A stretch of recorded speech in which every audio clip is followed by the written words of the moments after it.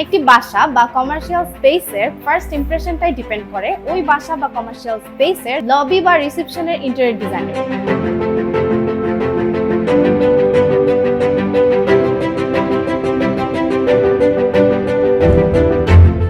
আসসালামু আলাইকুম, wish coin ইন্টেরিয়রের পক্ষ থেকে আপনাদের সকলকে জানাচ্ছি স্বাগত।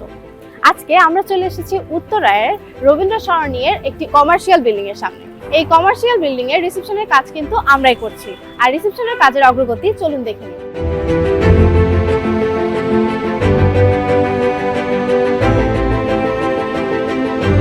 আমরা এখানে দেখতে পাচ্ছি রিসেপশনের স্পেসটা একটু কমপ্যাক্ট, কিন্তু তবুও আমরা খুবই যত্ন সহকারে প্রতিটি বর্গ ফুটে উন্নত ম্যাটেরিয়ালস দিয়ে একটা প্রিমিয়াম লুক দেওয়ার চেষ্টা করেছি।